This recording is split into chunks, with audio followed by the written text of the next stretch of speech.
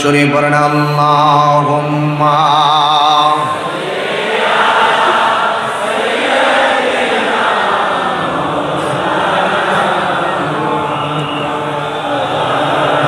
ঠিক আছে মাওলানা মুহাম্মদ লা ইলাহা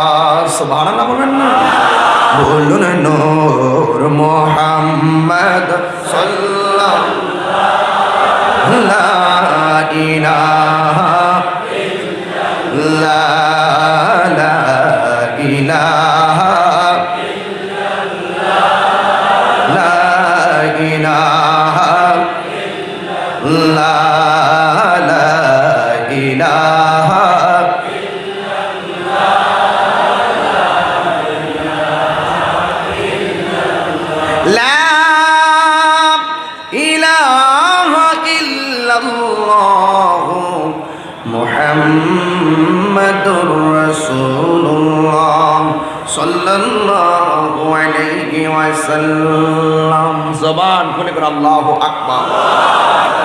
আমার যুবক ভাইরা, আমার মহেশকালীর বাবা, কুতুবদিয়ার বাবা, যত জায়গা থেকে আপনারা এসেছেন, হুয়ানকের বাবা ও আমার রাজুয়ার গুনার বন্ধুরা, কি দিয়ে আমি আপনাদেরকে বিদায় দেব? কিছুই নাই।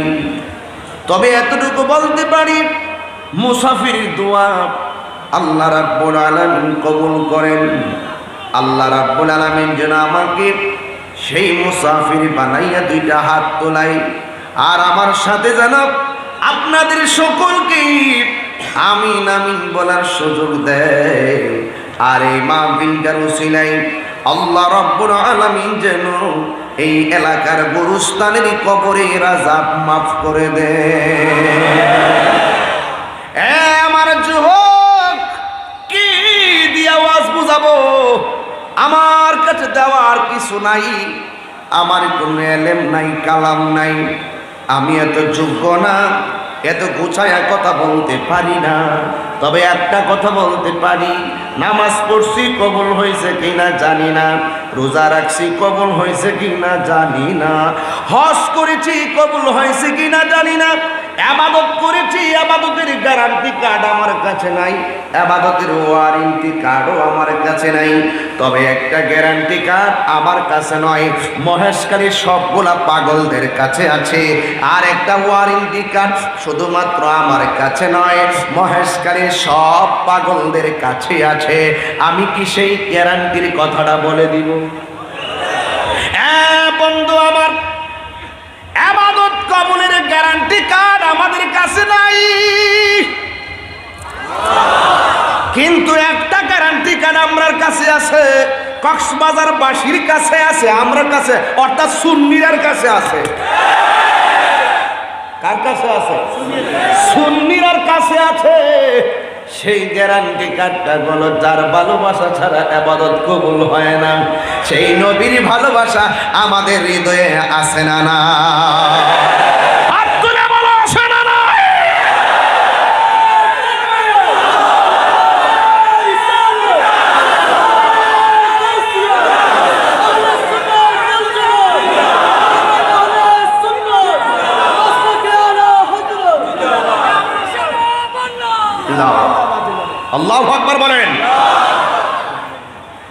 এই গ্যারান্টি কার্ড আমাদের কাছে আছে। নবীকে ভালোবাসার ওয়ারেন্টি কার্ডও আমরা আছে। কোটি টাকা দিলেও আমরা ঈমান বিক্রি করব না। কিনা বলুন। আজকে অনেক মানুষ ডলার খাইয়া কালার পাল্টায়, আর আমরা নবীর মহব্বতের জন্য জীবন দিতে প্রস্তুত। কথা বলে এই জন্য মহেশখালীবাসীদের বড় ভালো লাগে। আসার পরে দেখছি আজকে 5টা মাহফিল চলতেছে। কয়টা? 5টা মাহফিল চলতেছে মেন রোডের পাশে।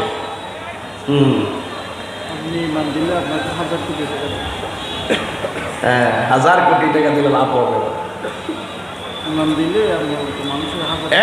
যুবক ভাইয়েরা আমার, আসার পথে দেখতেছি হাই রোডের পাশে মাহফিল চলছে। আমি গাড়ির গ্লাস হালকা নামাইছি, আর মনে মনে একটু লুকিং গ্লাস দিয়ে পিছনে আমার পোলা পানদের দিকে তাকাইছি। আর আমি মনে করতেছি পোলা পানগুলোর কোনো ডিস্টার্ব হয় কিনা। আমি দেখলাম মহেশখালীর আজকের মাহফিলের পোলা পানগুলা বাঘের বাচ্চা একটা সেকেন্ডের জন্য নারাই রিসালাতের ধ্বনি বন্ধ করে না।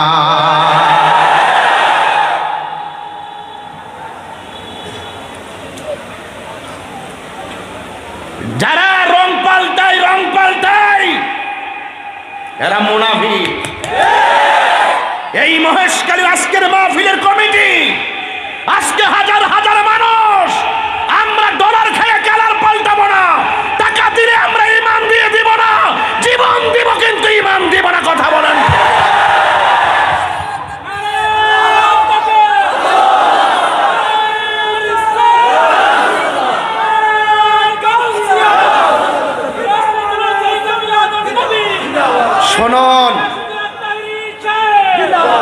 শুনুন, আমি বেশি লম্বা ওয়াজ করব না, তবে এতটুকু বলবো, নবী ছাড়া কবরে কেউ আপন হবে না। নবী ছাড়া হাসরের মাঠে শাফাতের ফাইল কেউ ডিল করতে পারবে না। আল্লাহ হবেন হাকিম, আমার নবী হবে উকিল, আমরা হব আসামি। তো উকিল যদি আসামির পক্ষে থাকে জামিনের আশা করা যায়, আর উকিল যদি না আমাদেরকে আসামি হিসাবে যদি আমাদের পক্ষে না দাঁড়ায় জামিনের আশা করা যায়। আলা ঈমান আল্লাহ মুহাব্বত আল্লাহ। যার অন্তরে নবীর মুহাব্বত নাই তার ঈমান নাই, যার ঈমান নাই তার নসিবে নবীর শাফাত নাই। তো যারা নবীর শাফাতের বিরোধিতা করছে কয়েকদিন আগে, আমি যে এত ওয়াজ করলাম আপনাদের সামনে, আমি অনেকরে বুঝাইতে পারি না। আহলে হাদিস মানে বিনোদন। গতকাল দেখছি মসজিদের ভিতরে ফুটবল খেলতেছে। সিলেটে মসজিদের ভিতরে চোখ বাইন্দা হাড়ি ভাঙ্গা খেলতেছে। ওরা মানে আহলে হাদিস মানে বিনোদন, বিনোদন। শেষ পর্যন্ত প্রমাণ হয়েছে। কথা বলেন ঠিক কিনা? আল্লাহর মসজিদে জীবনে ফুটবল খেলা দেখছেন? ওরা মসজিদকে খেলার স্টেডিয়াম বানাইছে। এদের কাছে কি ইসলাম নিরাপদ? ধর্ম নিরাপদ? দিন নিরাপদ? হক নিরাপদ? এদেরকে বিশ্বাস করবেন না। ওরা নিঃসন্দেহে ভিন্ন একটি এজেন্ডা নিয়ে মাঠে নামছে, শুধু ফিতনা লাগাইবার জন্য। কথা বলেন ঠিক কিনা? আপনারাই বলেন, মসজিদ কি ফুটবল খেলার জায়গা? কিসের জায়গা? আপনারা কি দেখেন নাই? আমি সরকারের কাছে বিচার দিয়ে গেলাম।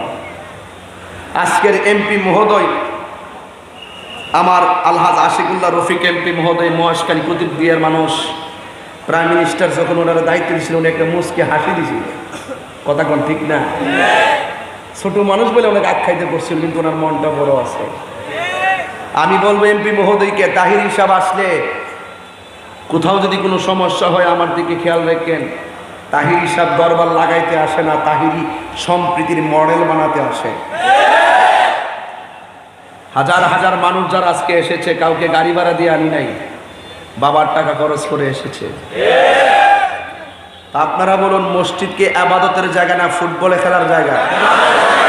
ওই ইবাদতের জায়গাকে যারা ফুটবল খেলা আর নাচের আসর বানাইতে চায়, এদের কাছে কি ইসলাম নিরাপদ? এরা নামাজের কথা বললে কি, বুকের উপরে হাত তোলার কথা বললে কি, আর ফাউ সরয়া হরিবার কথা বললে কি, মূলত এদের সাথে তো আমাদের আমল নিয়ে দ্বন্দ্ব না, এদের সাথে দ্বন্দ্ব হলো ইমান নিয়ে। কথা বলেন ঠিক না বেঠে?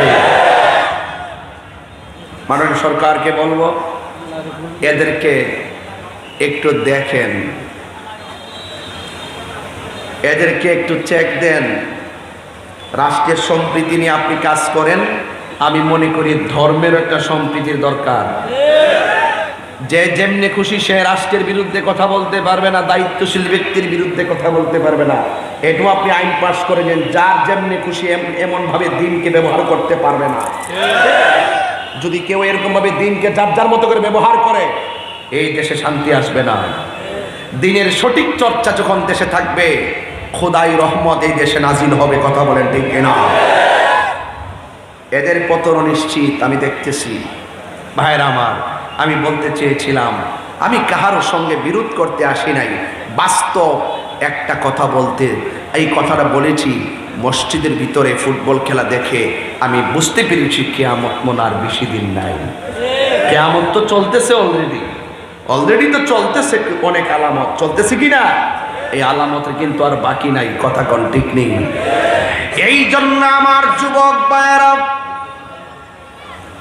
আমার মহেশকালীর বাবারা, নীরব নিবৃত্তি বসবেন। আমি কাউকে আঘাত করার জন্য আমি কথা বলছি না রে বাজান। আল্লাহ রাব্বুল আলামিন কোরআনুল কারীমের মধ্যে সুন্দর করে বলে দিয়েছেন, ইয়া আইয়ুহাল্লাযীনা আমানু দুখুলু ফিস-সিলমি কাফা।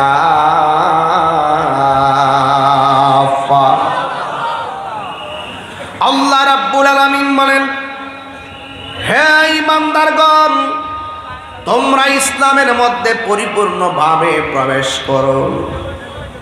এই জন্য নবীকে মানবেন, শতভাগ নবীকে মানতে হবে, এটার নাম কাফা। আল্লাহকে মানবেন, শতভাগ মানতে হবে, এটার নামই কাফা। নামাজ পড়বেন, পড়ার মতো পড়বেন, রোজা রাখবেন, রাখার মতো রাখবেন, এটার নাম হলো কাফা।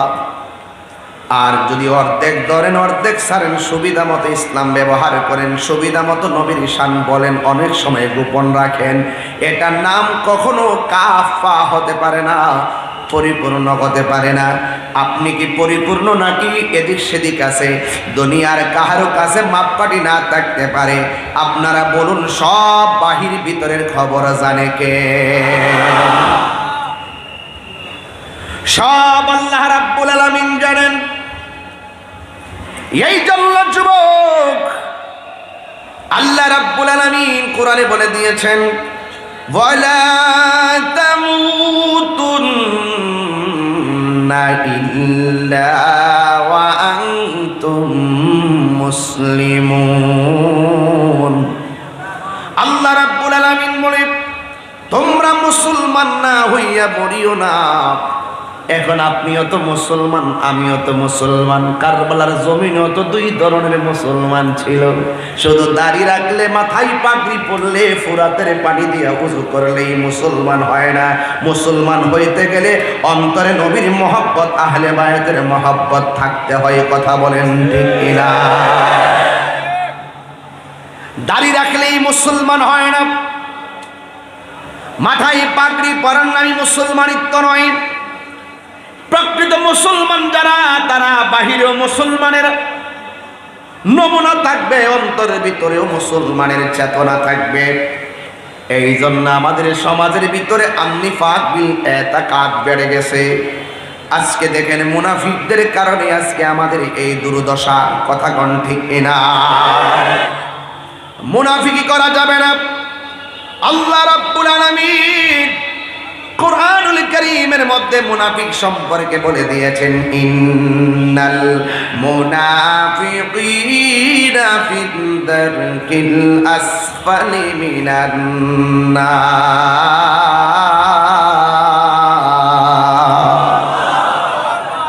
আল্লাহ রাব্বুল আলামিন বলেন, মুনাফিকরা জাহান্নামের সর্বনিম্ন স্তরে থাকবে। মুনাফিকদের আলামত হলো তিনটা। যখন মুনাফিক কথা বলবে, মিথ্যা বলবে, যখন মুনাফিক ওয়াদা করবে, ওয়াদার খেলাফ করবে, ইজা তুমিনা খানা, যখন তার কাছে আমানত রাখা হবে, আমানতের খেয়ানত করবে। কিন্তু যুবক ভাইরা, মুনাফিকরি কিন্তু ধরা যায় না। আমার নবী বলেন কাফেরের চাইতে মুনাফিক আরো ভয়ঙ্কর, কারণ কাফেররা প্রকাশ্য এরা কাফের, এদেরকে ট্যাকেল দেওয়া সম্ভব, কিন্তু আমার উম্মতের মধ্যে মুনাফিকদেরকে ট্যাকেল দেওয়া কিয়ামত পর্যন্ত কঠিন হয়ে যাবে। কথা বলেন ঠিক না? এই মুনাফিক মহেশখালী আছে না নাই? কুতুবদিয়া আছে না নাই? কক্সবাজার আছে না নাই? এ যুবক, যে যতই কিছু করেন না কেন, একদিন এই পৃথিবী ছেড়ে চলে যেতে হবে। আপনারা জবান খুলে বলেন, আসল ঘরের নাম কি বিল্ডিং না কবর? এই কবরের কথা যখন সাহাবায়ে কেরাম চিন্তা করতেন, নামাজ পড়ার পরে সাহাবায়ে কেরাম আনন্দ থাকতেন, হজ করার পরে আনন্দ থাকতেন, যাকাত দিতে গেলে আনন্দ থাকতেন, একটা জায়গায় গেলে সাহাবায়ে কেরাম চোখের পানি ফালাইয়া ফালাইয়া কাঁদতেন। ওই জায়গাটার নাম হলো অন্ধকার কবর। ঠিক কিনা? এই জন্য সাহাবায়ে কেরাম আখিরাতের চিন্তা করতেন। আল্লাহর হাবিব সাল্লাল্লাহু আলাইহি ওয়াসাল্লাম বলেছেন, এই দুনিয়ার জমিনে কেউ যদি 20 বার মরণের কথা দৈনিক খেয়াল করে, ওই দিন যদি লোকটা মারা যায়, আমার আল্লাহ রাব্বুল আলামিন তার মরণটাকে শহীদের খাতায় লিখে দিবে। ওই মরণ আমরা চাই কি চাই না? আরো বড় করে চাই কি চাই না? আরে আমরা তো মাহফিলে এসেছি, বাড়ি চলে যাব বেঁচে থাকলে। যারা কবরে গিয়েছেন তারা কি আসতে পারবে? এদের জন্য আজকে খাস করে দোয়া হবে ইনশাআল্লাহ। হারিয়ে যাব একদিন আমি রবনায় ভুবন চিরদিন, বলো হারিয়ে যাব রবনায় ভুবন চিরদিন। ক্ষমা করে দিও তোমরা আমায়, বলো তোমরা আমায়, ভুল করে থাকি যদি কোনো দিন, হারিয়ে যাব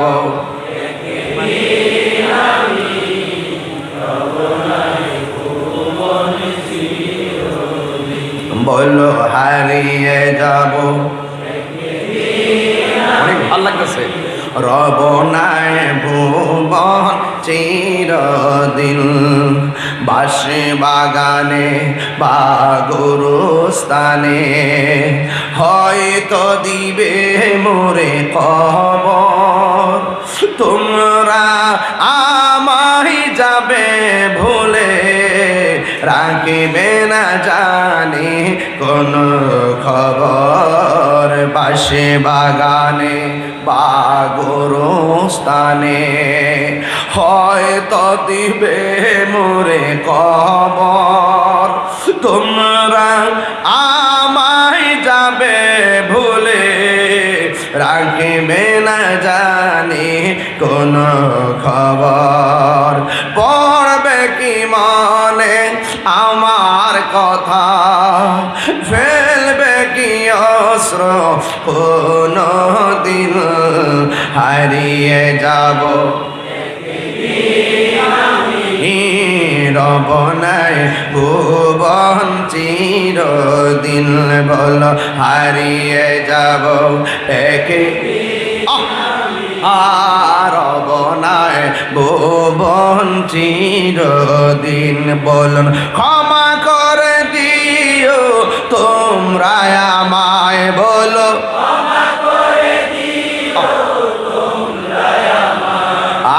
ভুল করে থাকি যদি কোনো দিন, হারিয়ে যাব রবনায় ভুবন চিরদিন, বলো হারিয়ে যাব রব নাই ভুবন চিরদিন। একটা জবান বন্ধ রাখবেন না, মহব্বতে মায়ার সুরে বলুন সুবহানাল্লাহ। এ আমার যুবক, আল্লাহ বলছেন উদখুলু ফিস সিলমি কাফা, তোমরা ইসলামের মধ্যে পরিপূর্ণভাবে প্রবেশ করো। আল্লাহর কাছে একমাত্র মনোনীত ধর্মের নাম কি? আরো জোরে বলেন কি? একমাত্র ইসলাম সব ধর্মের মানুষকে নিরাপদ দেয়, কথা কোন ঠিক কিনা? এই ধর্ম যারা পালন করি, এই বাংলাদেশের ভিতরে অনেক ধর্মের মানুষ আছে, আমরা ভালো করে জানি এই মুসলমানদের কাছে অন্য ধর্মের মানুষ নিরাপদ থাকতে হবে, কোনো ধর্মের মানুষের উপরে জুলুম করা যাবে না, কথা কন না ঠিক কিনা? আপনার কাজ হলো দাওয়াত দিয়ে যাওয়া, আর দাওয়াত মানবে কি মানবে না হলো কাহারও ব্যাপার। এই জন্য কাউকে জোর জবরদস্তি করা যাবে না। লা ইকরাহা ফিদ্দীন, ধর্মের মধ্যে কোনো জোর জবরদস্তি নাই, কথা বলেন ঠিক কিনা? এই জন্য আমার যুবক, আমি সম্প্রীতি নিয়ে কথা বলি, আমি সম্প্রীতি বান্ধব মানুষ কথা বলি। এই জন্য যুবক ভাইয়ের আমার যার যার ধর্ম পালন করবে। কিন্তু গত পরশু দিনের একটা হেডলাইন হলো ফরিদপুর না কোন জায়গায় জানি না, পত্রিকার মধ্যে দেখেছি মন্দিরের মধ্যে নাকি কে আগুন লাগাইয়া দিছে, কিন্তু আগুন লাগানোর কাজটা ভালো করে নাই। যদি বৈদ্যুতিক কারণে আগুন লেগে তাকে যাচাই হবে, যদি অন্য কোনো কারণে আগুন লেগে তাকে যাচাই হবে। ওই আগুনটা যদি কোনো কারণে অন্য কেউ লাগাইয়া দেয় সেটাও যাচাই হবে। আমি দেখেছি মন্দিরে আগুন লাগানোর পরে যাচাই বাছাই না করে এক শ্রেণীর আমার হিন্দু ভাইয়েরা ওই মুসলমানদেরকে সন্দেহ করে দুইজন মুসলমানকে মেরে ফেলেছে। আমি বলবো এটা মোটেও উচিত হয় নাই। প্রশাসনকে বলবো সঠিক তদন্তের মাধ্যমে মন্দিরের মধ্যে কার এত সাহস আগুন লাগাবে, তার ধর্ম সে পালন করবে, মন্দিরে হিন্দুরা পূজা করবে, স্বাধীনভাবে পূজা করবে। সত্যিকার অর্থে যদি কেউ শত্রুতামি করে হিংসা পরায়ণ হয়ে যদি আগুন লাগায় থাকে তার বিচার হবে, কথা বলেন ঠিক না? তার শক্ত বিচার করতে হবে।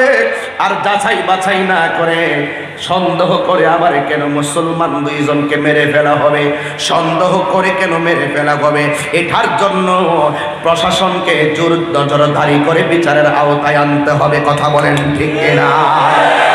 এই জন্য সন্দেহ নয়, দেশে আইন আছে, আইনের শাসনের মাধ্যমে তার বিচার হবে।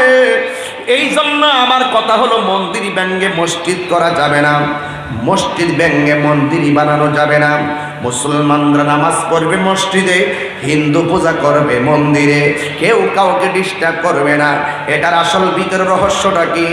প্রশাসন অবশ্যই তদন্ত করে সুষ্ঠু তদন্তের মাধ্যমে বিচার নিশ্চিত করতে হবে, কথা বলেন ঠিক না? আমি একজন সম্প্রীতি বান্ধব হয়ে কথাটা বলে দিয়ে যাই, আমরা এমনভাবে ইসলামটাকে গ্রহণ করব 32টা দাঁতের ভিতরে জিহ্বাটা যেমন নিরাপদ, আমার দেশের অন্য ধর্মের মানুষগুলো আমরা এর চাইতে বেশি নিরাপদ দেওয়ার চেষ্টা করি, কথা কোন ঠিক কিনা? এই জন্য অবশ্যই যারা অপরাধী, অপরাধীদেরকে শাস্তি পাইতে হবে। যুবকের দল, আল্লাহ রাব্বুল আলামিন কোরআনুল কারীমের মধ্যে বলে দিয়েছেন তোমরা জুলুম করো না, নিশ্চয় জালেমদেরকে আমার আল্লাহ পছন্দ করে না। এই জন্য যুবক আপনাদেরকে আমি অনুরোধ করে দিয়ে যাই, এই এলাকাটা তো লবণ নির্ভর এলাকা, কথা কোন ঠিক কিনা? এই লবণ নির্ভর এলাকা আছে না ভাই? এই যে লবণের খেলামেলা মহেশখালী, সাধারণত লবণ কাটাকাটি নিয়ে মারামারি করবেন না, মারামারি কইরা কেউ কাউকে মেরে ফেলবেন না। 2 দিন পরে তার পরিবারের সঙ্গে আপনার মিলে চলতে হবে, কারণ ইসলাম আমাদেরকে মানবতা শিখায়, ইসলাম আমাদেরকে মারামারি শিখায় না, কথা বলেন ঠিক না? মারামারি শিখায় ইসলাম, আমাদেরকে মানবতা শিখায়, মানবতা। এ যুবক, যার যতটুকু তকদির আছে লবণের ব্যবসা করবে, কিন্তু হিংসা করা যাবে না। আপনার কাজ হলো চেষ্টা করা, আর বরকত দেওয়ার মালিক হলো একজন, জবান কোলে কোন তিনি কে? আল্লাহ। সেই আল্লাহ আপনাকে বরকত দিবে। আমার এত কিছু জানার দরকার না। আমি মনে করি মিলেমিশে থাকার ভিতরে রহমত আছে না নাই? ইত্তেহাদুল কুওয়া, একতাই শক্তি। এই জন্য যুবক, যুগে যুগে যুগে যুগে ইসলামের সুমহান বিজয় হয়েছে একমাত্র ঐক্যের কারণে। আর যেখানে ঐক্য ছিল না সেখানে অধপতন নেমে এসেছে। কথা বলেন ঠিক কিনা? আমার যুবক ভাইরা, আমি আস্তে আস্তে ওয়াদের ভিতরে ঢুকে যাচ্ছি। আমি বলতে চেয়েছিলাম নো দাই সেলফ, নো দাই সেলফ। আগে নিজেকে চিনেন, নিজেকে চিনেন, নিজেকে জানেন। অন্যের দোষ ধরবেন না, নিজেকে নিয়ে সমালোচনা করবেন। আত্মসমালোচনা যারা করবে তারা খাঁটি মানুষ হতে পারে। নিজের চরকায় তেল দিতে হবে। দোকানপাটে বসে বসে তাহিরির বিরুদ্ধে বদনাম বলা সহজ, কিন্তু তাহিরি যতটুকু চেষ্টা করে 400 কিলো 500 কিলো অতিক্রম করে খেদমত করার এমন লোক পাওয়া বড় কঠিন হবে। কথা গণ ঠিক কিনা? আপনি যদি পারেন, আমি 400 কিলোমিটার দূরে এসে ওয়াজ করতেছি, আপনার সন্তান এমন একটা বানান যে সন্তান 1000 কিলোমিটার দূরে যাইয়া দিনের খেদমত করবে। এটাই না জিত, এটাই না কথা। নিজে কাহারও অন্য কাহারও বিরুদ্ধে কথা বলা যাবে না রে ভাই, আর মারামারি করা যাবে না। মিলেমিশে থাকতে হবে। মিলেমিশে থাকার ভিতরে রহমত আছে না নাই? আরো জোরে আছে না নাই? আল্লাহর হাবিব সাহাবায়ে কেরামকে মিলের কথা বললেন, সাহাবায়ে কেরামকে মিলের কথা বললেন। ও সাহাবায়ে কেরাম, হকটাকে প্রচার করতে হবে, ছড়িয়ে দিতে হবে। এমন একটা সময়, যেই সময়ে মুসলমানদের সংখ্যা কম ছিল, একদম সংখ্যা কম ছিল, ওই সময়ের ভিতরে সিদ্দিক আকবর দাঁড়ায় গেছে। দাঁড়ায় ডাক দিয়ে কি, ইয়া রাসূলুল্লাহ, সংখ্যা কম হতে পারে, শুধুমাত্র একটা বার হুকুম দিয়া দেন, হককে প্রতিষ্ঠা করতে যাইয়া আমাদের জীবনটা আমরা দিয়ে দিব। এমন ভাবে জীবন আমরা দিতে চাই কি চাই না? তাই তো একদিন আল্লাহর হাবিব সাহাবায়ে কেরামকে ডাক দিয়া কয়, সাহাবীরা রে, ওই যে যুদ্ধের ময়দানে আমরা বিজয় লাভ করেছি, যে যুদ্ধের নাম হলো বদরের যুদ্ধ, ওই যুদ্ধের মধ্যে মুসলমানরা বিজয় লাভ করেছে। ওই যুদ্ধের ময়দানের মাধ্যমে মুসলমানরা হাতের মধ্যে একটা সিলেবাস দিতে পেরেছে। যুদ্ধের জয় পরাজয় সংখ্যার উপরে নির্ভর করে না, যুদ্ধের জয় পরাজয় নির্ভর করে আমার আল্লাহর দয়ার উপরে। কথা বলেন ঠিক কিনা? আল্লাহর দয়া লাগবে। এই জন্য আমার যুবক, আল্লাহর হাবিব ডাক দিয়া বলে, সাহাবীরা রে, আমরা যে যুদ্ধের ময়দানে জিতেছি, কাফেরদের মনের মানসিকতা জানোনি? ইয়া রাসূলুল্লাহ, আল্লাহ এবং তার হাবিব ভালো জানেন। আমি কিন্তু ওয়াজে ঢুকে গেলাম, কিন্তু এখান থেকে ঘটনা চলবে। আর ঘটনাকে ঘটনা বলে উড়াই দিলে চলবে না। এই মাঠেই ঘটনাকে চেতনায় রূপান্তরিত করতে হবে, আর চেতনা রূপান্তরিত করে বাড়িতে যেতে হবে। সামনের জিন আমাদের সকলকে ঐক্যবদ্ধভাবে লড়তে হবে। কথা বলেন ঠিক কিনা? আল্লাহর হাবিব বলে, হ্যাঁ সাহাবায়ে কেরাম, হ্যাঁ, ওই যুদ্ধের ময়দানে আমরা যে জিতেছি, কাফেররা কেউ কেউ বলেছে গায়ের মধ্যে তেল মালিশ করবে না, আবার কেউ কেউ বলতেছে তারা স্ত্রী ব্যবহার করবে না, আবার তারা সবাই উপেনে গোপনে পরামর্শ করেছে আমি নবীকে তারা দুনিয়া থেকে বিদায় করে দিবে। জোরে জোরে কি নাউজুবিল্লাহ বলা যাবে না? আপনারা জবান খুলে কোন নবীজিকে রক্ষা করার মালিককে? আরে আল্লাহর হাবিবকে কোন যুদ্ধের ময়দানে মারতে পারে নাই। কত সাহাবী শহীদ হইছে, কত সাহাবী যুদ্ধের মাঠে শহীদ হইছে, কিন্তু আমার নবীকে শহীদ করতে পারে নাই। কারণ আছে। আল্লাহর হাবিব বলে, আমার আল্লাহ আমাকে 6টা মর্যাদা দিয়েছে। এই 6টা মর্যাদা পৃথিবীর কোনো নবী রাসূলকে দেয় নাই। এর মধ্যে একটা মর্যাদা হলো, আমি নবী সর্বপ্রথম জান্নাতের দরজার মধ্যে টোকা দিব, ফেরেশতা দরজাটা খুলে দিবে, আর ওই দরজা দিয়ে আমি নবী সর্বপ্রথম জান্নাতে ঢুকবো। 2 নম্বর হলো, পৃথিবীর কোনো নবী বলতে পারবে না সারাটা পৃথিবী তার জন্য ইবাদতের জন্য মুসল্লা বানাইছে। আমার নবী, আপনার নবী বলে, আমার আল্লাহ, আমার আল্লাহ, আমি নবীর জন্যে সারাটা জমিন রে মসজিদ বানাইয়া দিছি। যুবক ভাইরা আমার, শুধু মাত্র তাই নয়, আল্লাহর হাবিব বলে 1,24,000 পয়গাম্বর, কেউ বলতে পারবে না আমি শেষ নবী। আমি নবী গর্ব করে বলতে পারি, আনা খাতামুন নাবিয়্যিন লা নাবিয়্যা বাদি। আমি নবী হইলাম শেষ নবী, আমার পরে কোনো নবী আসবে না। আপনারা জবান খুলে কোন নবীর পরে আর কোন নবী আসবে? যারা দাবি করবে এরা কি মুসলমান না কাফের? এই কাদিয়ানীরা এই জন্য কাফের। আমার নবীর শেষ নবী না মানার কারণে কাদিয়ানীরা বেঈমান। কথা কন ঠিক কিনা? হ্যাঁ, এই কাদি আমার নবীর পরে আর কোন নবী আসবে? আওয়াজটা আস্তে হলো কেন? আমার নবীর পরে আর কোন নবী আসবে? যদি কেউ দাবি করে তার কি ঈমান আছে? নবীর পরে নবী নাই, সংসদে আইন চাই। ইত্যাবার আমরা যাইতাম না, কইতাম হইলে হ্যাঁ কইতারি না, মুসিবত লাগলে তো যাইতাম পারি না। আমার নবী হলো শেষ নবী। আদম নবী বলতে পারবেন আমরা আমি শেষ নবী, ইব্রাহিম নবী বলতে পারবেন আমি শেষ নবী, জাকারিয়া নবী বলতে পারবেন আমি শেষ নবী। আমার নবী বলেন আমি হলাম শেষ নবী, আমার পরে আর কোন নবী আসবে ঠিক কিনা বলেন? এরপরে 4 নম্বর হলো আমার নবী আপনার নবী রাহমাতুল লিল আলামিন বলেন, ওয়া নুসরিতু বিরবে, আল্লাহ আমার মাঝে একটা ভয় দিয়েছে। ভয়, পৃথিবীর কেউ যদি আমারে মারতে আসতো, 1 মাসের রাস্তা দূরে থাকলে তার ভিতরে কম্পন তৈরি হয়ে যেত। কথা বলেন ঠিক কিনা? সেই নবী রাহমাতুল লিল আলামিন ডাক দিয়া বলে, সাহাবীরা কাফেররা সিদ্ধান্ত করছে আমি নবীরে মেরে ফেলবে। নাউজুবিল্লাহ নাকি লেগে নবীজিকে রক্ষা করার মালিককে। বন্ধুরারে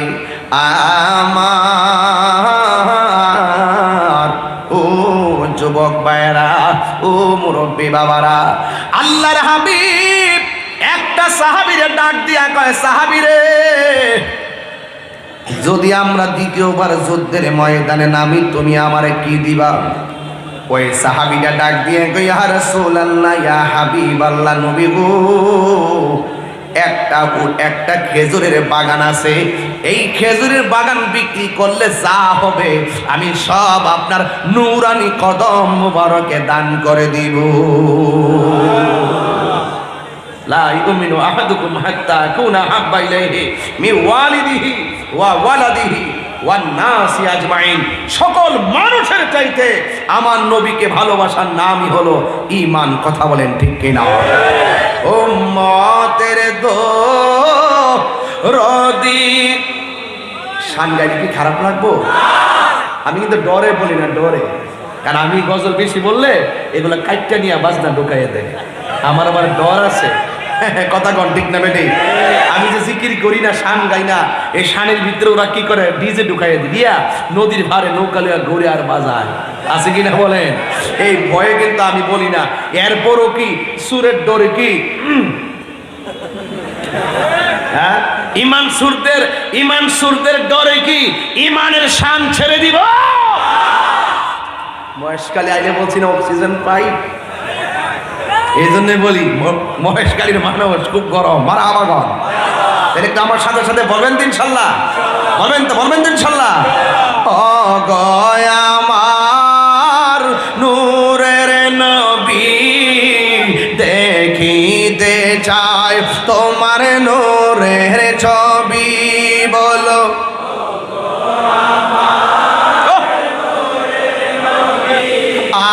দেখিতে চাই তোমার নূরের ছবি।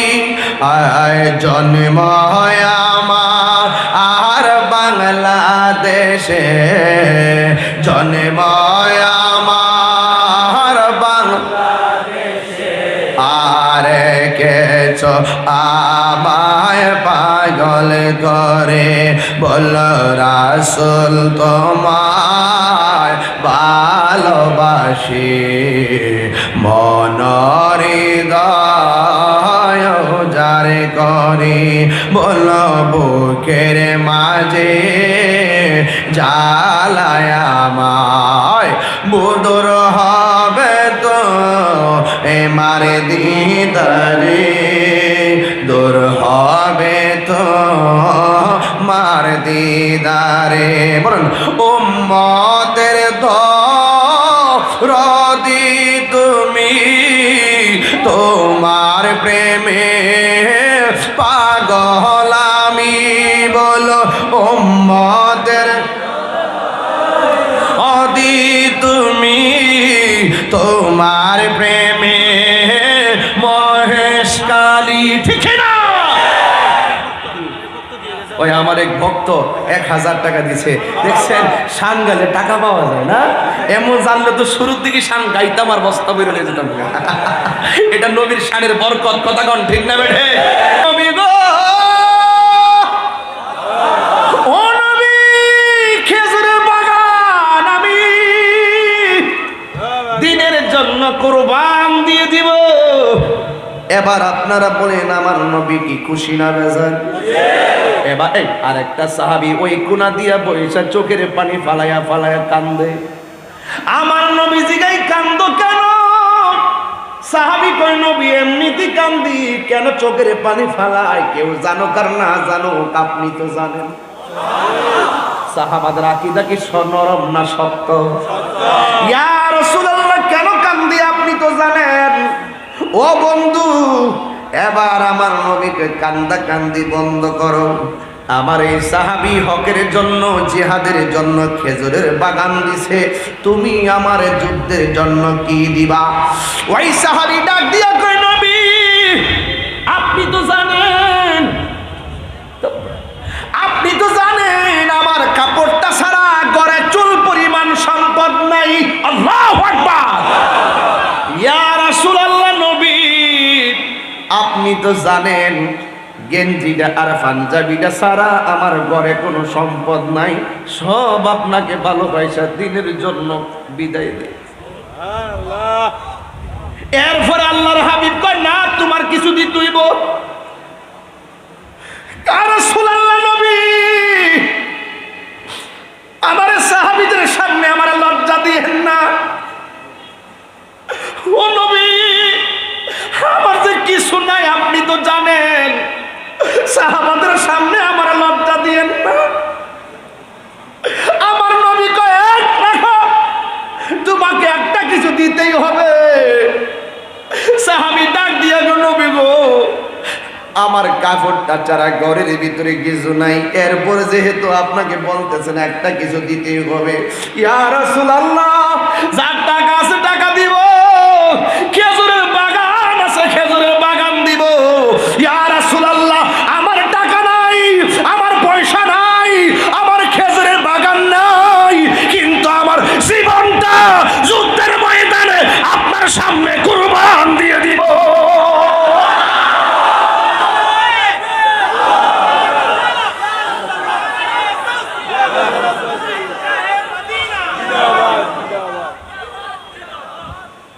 আমার নবী বুঝাইয়া দিয়া গেছে জান দিয়া দিনকে ভালোবাসতে হবে আমার নবী বুঝাইয়া দিয়া গেছে মাল দিয়া দিনকে ভালোবাসতে হবে জানের বিনিময়ে নবীরে ভালোবাসতে হবে মালের বিনিময়ে মাল দিয়া ভালোবাসতে হবে জান এবং মাল দিয়া ভালোবাসার নাম হলো ঈমান এটা সাহাবায়ে কেরাম করে দিয়ে গেছে প্রমাণ ১৫০০ বছর আগে প্রমাণ পাইছেন কি পান নাই একটা মহিলা দৌড় মারছে আজকের মাহফিলে মহিলা আসেনি ভাই মানে মা বোনরা আছে মানে প্রজেক্টর আলাদা লাগানো আছে আমি খুশি যে তাদেরকে একটা বসার জায়গা দিছেন এদেরকেও ধর্মের কথা শোনার দরকার আছে আছে কিনা বলেন একটা মহিলা ছোট একটা বাচ্চা লইয়া নবীর সামনে ইয়া রাসূলুল্লাহ ইয়া হাবিবাল্লাহ নবীজি গো আমার ও মায়ার নবী দয়ার নবী। সবাই যাইতেছে আপনার সাথে, জান দিয়া ভালোবাসা দৌড় দিছে, মাল দিয়ে ভালোবাসা দৌড় দিছে। আমি মহিলা হইয়া আপনারে একটা কথা বলবো নবী গো, আমিও যাব যুদ্ধের ময়দানে। আমার নবী ডাক দিয়া বলে, মা মা গো, তোমার স্বামী আসেনি এখানে? আমার নবী তোমার দাদা আসেনি জিজ্ঞাসা করে নাই, তোমার মা আসেনি জিজ্ঞাসা করে নাই, তোমার বাবা আসেনি জিজ্ঞাসা করে নাই, তোমার শ্বশুর আসেনি জিজ্ঞাসা করে নাই, তোমার শাশুড়ি আসেনি জিজ্ঞাসা করে নাই, জিজ্ঞাসা করছে তোমার স্বামী আসেনি। এই কথার দ্বারা বোঝা যায় আমার নবী হলো গায়েবের খবর দেনেওয়ালা।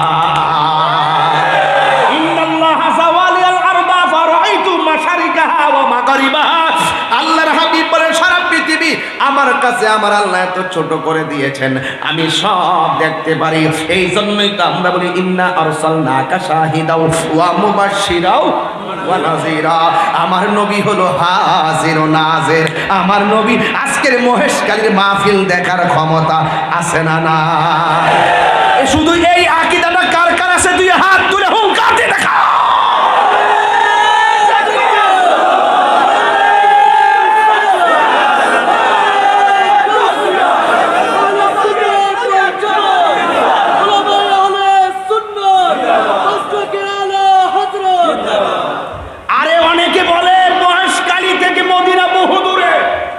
নবী দেখবে কিভাবে? আরে ওরা তো দালাল, ওরা দালালের জোরে কথা বলে, আর আমরা দলিলের জোরে কথা বলি। দালালি আর দলিল এক জিনিস না। তোমার জন্য মহেশখালী থেকে মদিনা বহু দূরে হতে পারে, কিন্তু আমার কামলিওয়ালার জন্য মহেশখালী দূরে না, হাতের তালুর মধ্যে রয়েছে। কথা বলেন, এটার নাম ঈমান। আমরা বলছি একটা কথাই বলছি, নামাজ কবুল হয়েছে কিনা গ্যারান্টি কার্ড নাই। নবীর যে ভালোবাসি এক সেকেন্ডও সন্দেহ নাই। ম্যাডাম কপালে দাগ ফালায় বেহেশতে যাবেন গা, এতই সোজা, এতই সোজা। কপালের দাগ ফালাইলে বেহেশতে যাবেন গা। হুব্বে রাসূল লাগবে। চারবার বলো ইয়া রাসূলুল্লাহ।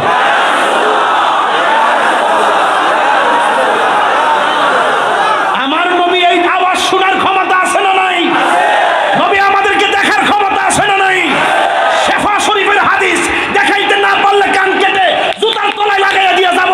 আমার রাসূল বলেন, যত দূরে হোক কেউ যদি আমি নবীর উপরে মহব্বতে দুরূদ শরীফ পড়ে, আমি নবী তাকে চিনি, তার বাবাকে চিনি, তার নসলে কিয়ামত পর্যন্ত কে হবে নাকি না হবে আমি সবাইকে চিনতে থাকি না।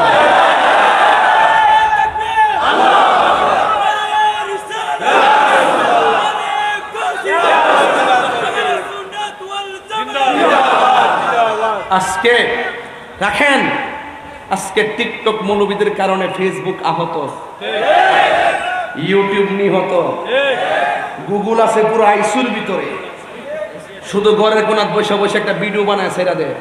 দেখছেন না আল্লাহর মসজিদে ফুটবল খেলে ছেড়ে দিছে। ছেড়া দেওয়ার পরে মসজিদটা বাইরে লইব, এরা নিজেরা বাইরে লইব, এরপরে লাস্টে করব না আসলে এটা ঠিক না, এই গোড়ায় ফেলাইবে। এরা ভাইরালের দান্দায় দেশে নামছে, এরা ডলার পায় ডলার। আপনারা তো জানেন না, নাইলে আল্লাহর মসজিদে সৃষ্টির পরে কেউ মনে মসজিদে ফুটবল খেলছে দেখছেন? কি বুঝেন এগুলা? ফুটবল মসজিদে ফুটবল খেলা যায় গেছে, কোন সই হাদিস আছে দেখাও। খালি যে সই হাদিস ঠেলো, আল্লাহর ওয়াস্তে বন্ধ করেন। রোজ হাশর মে क्या জবাব হয় মুস্তাফা কি সামনে, নবীর সামনে কি জবাব দিবেন? আসতেছে সময়, নবী ছাড়া কোনো উপায় নাই। মহেশখালীর কবরে নবী কি, নবীর কি ছবি দেখাইবে নাকি নবী সরাসরি থাকবেন? বিশ্বাস করো নি? অবশ্যই। তাহলে কাম হইব, নির্বাচন করো। আকীদা ঠিক রাখলে আসিনিও, যে আকীদা ঠিক তার আমরা চাই। কথা কোন ঠিক কিনা? সোজা কথাই বলা। আকীদা ঠিক থাকলে তার হাতের কাজের দ্বারা সমাজে বরকত হবে।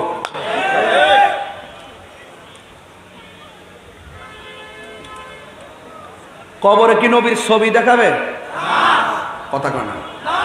যেই মৌলবীরা বললো যে কবরে নবীর ছবি দেখাবে, এই মৌলবীরা সারা জীবন বলছে ছবি তোলা হারাম, ছবি তোলা হারাম। কোন কেমন লাগে?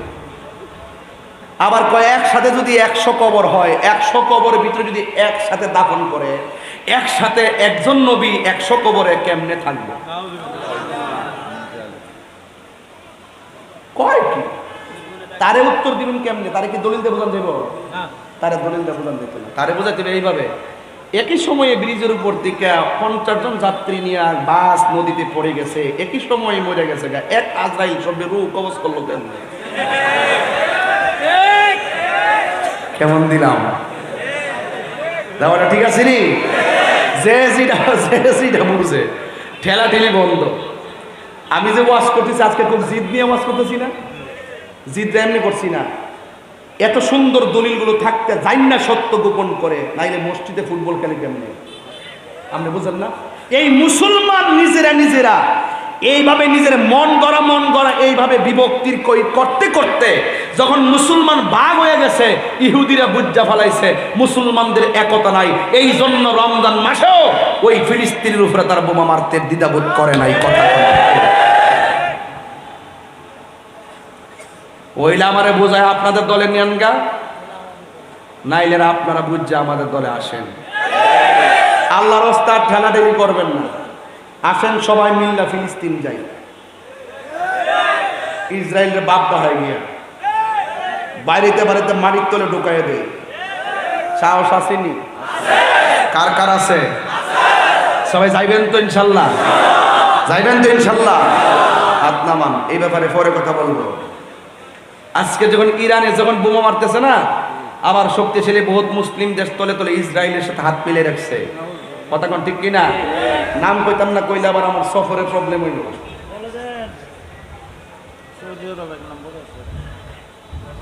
এই আমাদের এই মুসলমান আমরা কামরা কামড়ি করতে করতে শেষ পর্যন্ত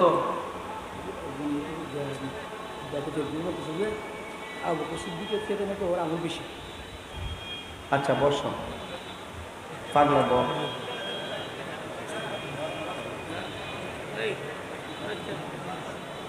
ওয়াজার ফাঁক দেয় এসে প্রশ্ন করিস না পাগলা, তোর থেকে আমি আরো 100 গুণ বেশি গরম।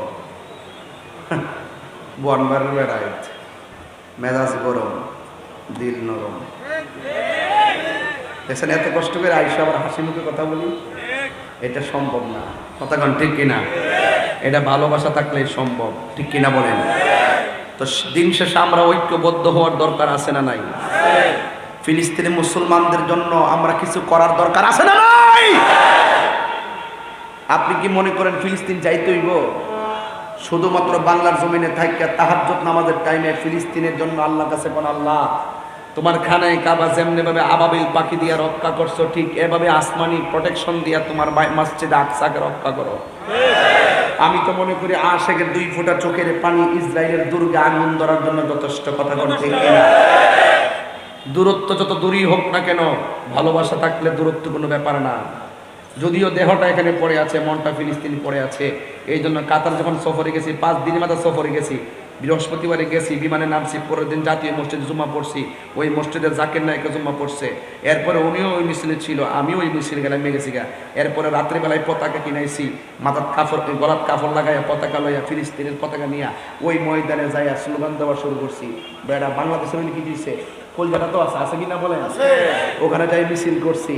এক শ্রেণীর লোক আমার কয় আমি নাকি পলায় গেছি, পলায় এসে পড়ছি। আর বলে কি তারা? আর আমি যে বেড়া 5 দিনে যাইয়া 5 দিনের ভিতরে যাইয়া 2 দিনের মাথায় যাই ওখানে মিছিল করে এসে পড়ছি। তুমি যে 10 বছর আসলা, কই দিন মিছিল করছো? হ্যাঁ, easy to say but difficult to do. বলা সহজ, করা কঠিন। আবারও বলছি, নো দাই সেফ, আগে নিজেকে চিনেন। মান আরাফা নাফসাহু ফাকাদ আরাফা রাব্বাহু। যে নিজেকে নিজে চিনতে পেরেছে, সে আমার রবকে চিনতে পেরেছে। মুসলিম বিশ্ব জাগো জাগো, শুধু ফিলিস্তিনিদের চিৎকার।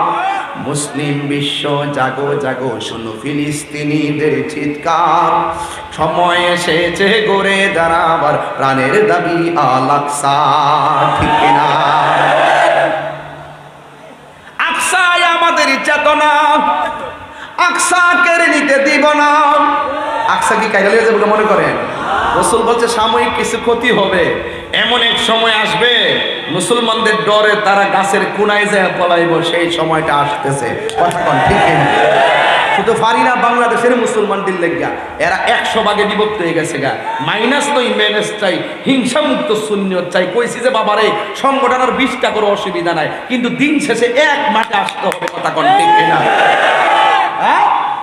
মুসলিম বিশ্ব জাগো জাগো, শোনো ফিলিস্তিনিদের চিৎকার, সময় এসেছে করে দাঁড়াবার প্রাণের দাবি আল আকসা। সময় এসেছে করে দাঁড়াবার প্রাণের দাবি আল আকসা। আকসাই আমাদের চেতনা, আকসাকে নিতে দিব না। আকসাই আমাদের চেতনা, আকসাকে নিতে দিব না। দাও জুড়ে দাও ইমানি হুঙ্কার, প্রাণের দাবি আল আকসা। ঠিক না? মুসলিম বিশ্ব জাগো জাগো, শোনো ফিলিস্তিনিদের চিৎকার, সময় এসেছে করে দাঁড়াবার প্রাণের দাবি আল আকসা। সময় এসেছে করে দাঁড়াবার প্রাণের দাবি আল আকসা। ঠিক না? মুসলিম আমরা অভিন্ন জাতি, তামান্না দুটোকে শহীদি, হিংস্র বর্বর মানবতা বিরোধী, হটাও শয়তান ইহুদি। ঠিক এভাবে তো ঠিক বললে হবে না বাবা, হাতরা মুট করেন, এভাবে মুট করেন, আমার মতো মুট করেন। যখন আমি এমনি করবো আপনি এইভাবে করবেন, ঠিক বলে এইভাবে করবেন। আর মনে মনে খেয়াল করবেন যে ইহুদির সাফার মধ্যে মারতেছেন, এটার নাম হলো জিহাদ। কথা কোন ঠিক না বেঠিক? মুসলিম আমরা মুট করেন না, কেউ সবাই মুট করেন না, কেউ বললাম না ব্যাপারটা। এই তোমার মুট কর, সবাই রেডি তো? মুসলিম আমরা অভিন্ন জাতি, তামান্না দুচোখে শহীদি, হিংস্র বর্বর মানবতা বিরোধী, হটাও শয়তান ইহুদি।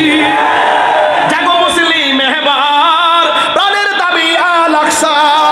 জাগো মুসলিম এবার, প্রাণের দাবি আল আকসা। ঠিক না? মুসলিম বিশ্ব জাগো জাগো, শোনো ফিলিস্তিনিদের চিৎকার, সময় এসেছে করে দাঁড়াবার প্রাণের দাবি আল আকসা। মাথার উপরে উড়ছে শকুন, গিরে রেখেছে নয়া ফেরাউন। মাথার উপরে উড়ছে শকুন, গিরে রেখেছে নয়া ফেরাউন। জাগো মুসলিম এবার, প্রাণের দাবি আল আকসা। মুসলিম বিশ্ব জাগো জাগো, শোনো ফিলিস্তিনিদের চিৎকার, সময় এসেছে করে দাঁড়াবার প্রাণের দাবি আল আকসা। ঠিক না? ওই আকসা একদিন বিজয়ী হবেই হবে। ওই আকসাটা কি জিনিস তো বুঝেন না? ওই আকসাটা ছিল মুসলমানদের প্রথম কিবলা। ওই আকসার পাথরগুলো সমুদ্রের নিচ থেকে তোলা হয়েছে, মানুষের পক্ষে ক্যারি করা সম্ভব ছিল না, কোন মেশিন দিয়ে সম্ভব ছিল না, বড় বড় জিন দিয়ে পাথরগুলো তোলা হয়েছে। প্রত্যেকটা পাথরের গায়ে সূরা ইয়াসিন লেখা ছিল। ওই মসজিদ সেই মসজিদ যেই মসজিদে আমার নবী মেরাজে যাওয়ার সময় 2 রাকাত নামাজের ইমামতি করেছেন। নবী দাঁড়িয়েছেন মেহরাবে, পিছনে দাঁড়িয়েছে 1,24,000 পয়গম্বর। ওই মসজিদের জন্য মায়া আছে না নাই? আরে মায়া আছে না না? ওয়ালা তাহিনু ওয়ালা তাহসানু ওয়া আনতুমুল আলাউনা ইন কুনতুম মুমিনিন। আল্লাহ বলছে নিরাশ হয়ো না, হতাশ হয়ো না, বিজয় তোমাদেরই হবে যদি তোমরা ইমানদার হতে পারো। ওই যেই কথা আগে বলছিলাম আমরা ইমানদার, এটার গ্যারান্টি কার্ডও আছে, ওয়ারেন্টি কার্ড আছে। কিরে, আমরা জীবন দিয়ে লেও আমরা নবীর বিরুদ্ধে কথা বলবো না। আর কেউ যদি নবীর বিরুদ্ধে কথা বলে আমরা তাওকে ছেড়ে কথা বলবো না। ঠিক কিনা বলেন? ওই মহিলা ডাক দিয়া বলতেছে, কষ্ট হচ্ছে আপনাদের? আর 10-12 মিনিট সামনে যাওয়া যাবে ইনশাল্লাহ? 10 মিনিট সময় দেওয়া যাবে ইনশাল্লাহ? কষ্ট হবে আপনাদের? এই কয়টা বাজে? ওরে আল্লাহু আকবার, 12টা বাজতেছে। ইয়া রাসূলুল্লাহ বলেন না কেন? আপনারা কি কষ্ট পাইতেছেন? তবে মহিলাদের জন্য জান্নাত আছে না নাই? মহিলারা তো জান্নাতে যাইতে হবে, হবে না? ওই মহিলা ডাক দিয়া বলি, ইয়া রাসূলুল্লাহ, নবী গো, ও মায়ার নবীজি, আমিও যাব আপনার সঙ্গে জিহাদের ময়দানে। কথাটা মনে আসেনি? এবার নবী ডাক দিয়া বলে, মা, আমি জানতে চাই তোমার ঘরের মধ্যে তোমার স্বামী কেমন আছে। মহিলা ডাক দিয়া বলে, আল্লাহু আকবার জোরে বলবেন। মহিলা ডাক দিয়া বলে, ইয়া রাসূলুল্লাহ, নবী গো,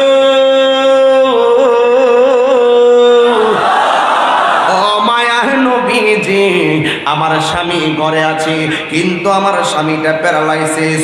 আমার নবী ডাক দিয়া বলে, মা জিহাদ করা, জিহাদে যাইলে তুমি সওয়াব পাবে, কিন্তু মনে রেখো তুমি তোমার স্বামীর খেদমতে চলে যাও। তোমার স্বামীর খেদমত তোমার জন্য ফরজ, তুমি তোমার স্বামীর খেদমতে চলে যাও। আল্লাহর হাবিব বলেছে, আল্লাহ ছাড়া পৃথিবীর কাউকে যদি সেজদা করার অনুমতি দেওয়া হতো, স্ত্রীকে অনুমতি দিত স্বামীকে সেজদা করার জন্যে। আমার নবী ডাক দিয়া বলে, মা তুমি চলে যাও তোমার স্বামীর খেদমতে। মহিলা ডাক দিয়া বলে, নবী গো, নবী গো, নবী গো, আমার কি মনে চাই না শাহাদতের সুদা পান করব? আমার নবী বলে, মা আপনি চলে যান স্বামীর খেদমতে, আল্লাহ আপনার আমলনামায় জিহাদের মর্যাদা দিয়ে দিবে। বন্ধু, ওই মহিলা নবীর কথা ওভারটেক করতে পারে না, নবীরে তো জানের চাইতে ভালোবাসে। এবার মহিলা কই, নবী গো আমি আমার স্বামীর খেদমতে চলে যাব, কিন্তু আমার কোলের মধ্যে একটা ছেলে আছে, এই ছেলেটাকে আপনার সঙ্গে জিহাদের ময়দানে নিয়ে যান।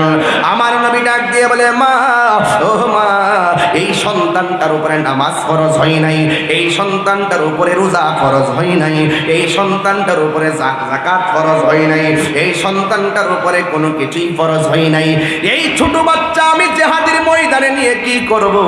এই সন্তানটাকে আমি রাখতে গেলে আমি তো জিহাদ করতে আমার অসুবিধা হবে, সাহাবায়ে কেরামদের কোলে দিলে সাহাবায়ে কেরামরা তো যুদ্ধ করতে অসুবিধা হবে। এই কথা বলার পরে মহিলাটা ডাক দিয়া বলে, ইয়া রাসূলুল্লাহ, নবী গো আমি জানি আমার সন্তানের উপরে নামাজ ফরজ হয় নাই, আমি জানি আমার সন্তানের উপরে রোজা ফরজ হয় নাই, আমি জানি আমার সন্তানের উপরে জিহাদ ফরজ হয় নাই। ইয়া রাসূলুল্লাহ, এরপর আমার সন্তানটা আপনি নিয়ে যাবেন, কিন্তু আমার সন্তানটা সাহাবাদের কোলে রাখার জন্য আমি দিচ্ছি না, আমার সন্তানটারে আপনি নবীর কোলের মধ্যে রাখবেন। এই কথা বলার পর ওই মহিলা ডাক দিয়া বলে, নবী গো আপনার কোলের মধ্যে রাখবেন। এবার আমার নবী ডাক দিয়া বলে, মা তোমার সন্তান যদি যুদ্ধের মাঠে আমার কোলে রাখি, তাইলে আমি জিহাদ করব কেমনে? এই মহিলা কই, নবী গো কেমনে করবেন আমি জানি না, তবে একটা কারণে আমার সন্তানটারে দিতেছি, কারণ আমি তো থাকবো না, আমি যদি থাকতাম কাজটা আমি করতাম, কিন্তু আমার জাদুমণিটারে আপনার কোলে দিয়ে দিতেছি। ইয়া রাসূলুল্লাহ, নবী আমার জাদুমণি আপনার কোলের মধ্যে রাখবেন, আর কাফেররা যখন আপনার বডি মুবারকের দিকে তীর মারবে, আপনার দিকে যখন পাথর মারবে, ইয়া রাসূলুল্লাহ, নবী গো, নবী গো আমার সন্তানটাকে পাথরের বরাবর ধরে দিবেন, আমার সন্তানটাকে তীরের বরাবর ধরে দিবেন। ইয়া রাসূলুল্লাহ, নবী, নবী গো আপনি না বলছেন মিওয়ালিদিহি ওয়া ওয়ালাদিহি ওয়ান নাসি আজমাইন, সন্তানের চাইতে আপনাকে বেশি ভালোবাসতে হবে, বাবার চাইতে আপনাকে বেশি ভালোবাসতে হবে, ওয়ান নাসি আজমাইন সব মানুষের চাইতে আপনি নবীকে ভালোবাসতে হবে। ইয়া রাসূলুল্লাহ, নবী, নবী গো আমি যাইতে পারি নাই, আমার জাদুমণিটাকে আপনি তীরের বরাবর ধরে দিবেন, জাদুমণির বুকে তীর লাগলে আমি সইতে পারবো, কিন্তু আপনি নবীর বদন মুবারকে একটা তীরের আঘাত লাগলে আমি পাগলনি সহ্য করতে পারবো না। এই কথা বইলা আমার নবী ডাক দিয়া বলে, মা তোমার সন্তানটার তোমার কাছে রাখো, এবার যদি কোনোদিন মহেশখালীতে আসি শুধু এই সন্তানটারে নিয়ে 2 ঘন্টা ওয়াজ করবো, এই সন্তানটা নবীর দুয়ায় দিনের খেদমতে কেমন দায়ী হয়েছে, আজকে আমি সেদিকে গেলে আবার সামনে যেতে পারবো না, এই জন্য এই জায়গার মধ্যে কাট করলাম, কাট করে আরেকটু সামনে যায়। এবার নবী বাচ্চা দিয়ে রওনা হয়ে গেছে, নবী আমার যুদ্ধের ময়দানে গেল। আমার নবী যেই যুদ্ধে সশরীরে অংশ করেছেন, এই অংশগ্রহণ যেই যুদ্ধে করেছেন, এই যুদ্ধের নাম হলো গাজওয়া। আর আমার নবী যেই যুদ্ধের নেতৃত্ব দিয়া সৈন্য পাঠাইছেন, নবী নিজে যাই নাই, এটার নাম হলো সারিয়া। আমার নবী যেই যুদ্ধে 27 বার আমার নবী যুদ্ধের ময়দানে মাঠে নামছে। আমার দেশের মধ্যে কিছু পিসাবরা আছে, আন্দোলনের সময় মাঠে পাওয়া যায় না, ঘরে বসে বসে আল্লাহ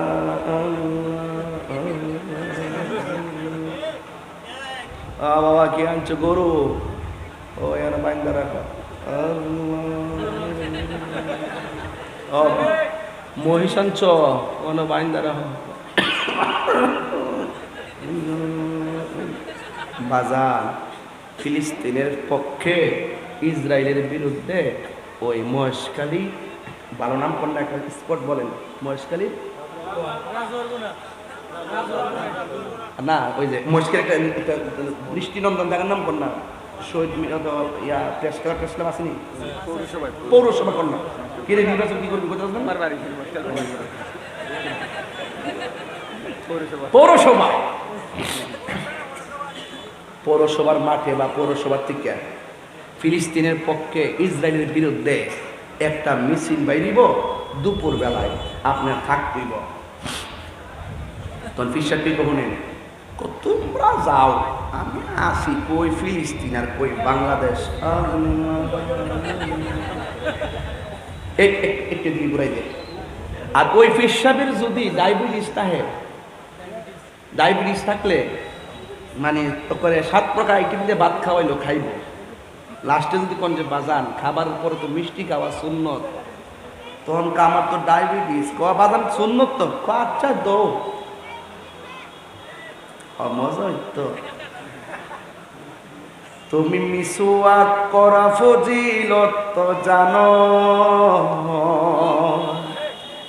আরাম খাবার শেষে মিষ্টি মুখের হাদিসটাও মানো, মজা হইতো। শুধু হক কথাটা উচ্চ সুরে বলতে পারো না, অন্যায় দেখে বারুদ হয়ে জ্বলতে পারো না।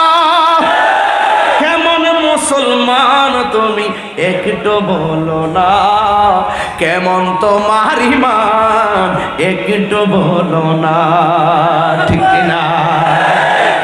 মিষ্টি খাওয়া সুন্নত, মজা লাগে, রক্ত তো জ্বরে না, গামও জ্বরে না, এটা মজা লাগে। আর ওই প্রেস ক্লাবে গেলে গাম জ্বরব, এই জন্য এটা যাইতো না। মনে রাখবেন, খানকায় বসে ধ্যান করার নাম ইসলাম। আরে খানকায় বসে ধ্যান করার নাম ইসলাম। নীরবে নির্জনে মুরাকাবা করার নাম ইসলাম। রাতের অন্ধকারে সবার চোখকে ফাঁকি দিয়ে তাহাজ্জুদ নামাজ পড়ে, সালাতুত তাসবিহ নামাজ পড়ে ধ্যান করার নাম ইসলাম। জঙ্গলে জঙ্গলে, ওই পাহাড়ে জঙ্গলে, গাছতলায় বাসতলায়, নদীর পাড়ে বসে বসে মুরাকাবা করার নাম ইসলাম। কিন্তু মনে রাখবেন, কখনো কখনো খানকার তাসবিহ বালিশের উপরে রেখে তলোয়ার নিয়ে ময়দানে নামার নাম ইসলাম।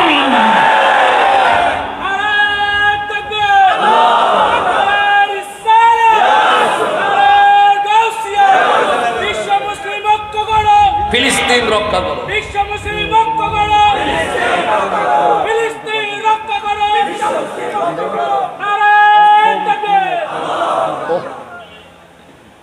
আমার কথাকে বুঝতে পেরেছেন?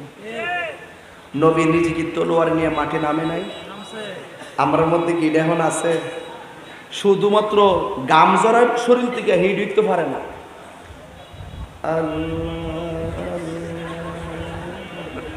খাসি আনছ ওই ঘরে বাইন্দারা,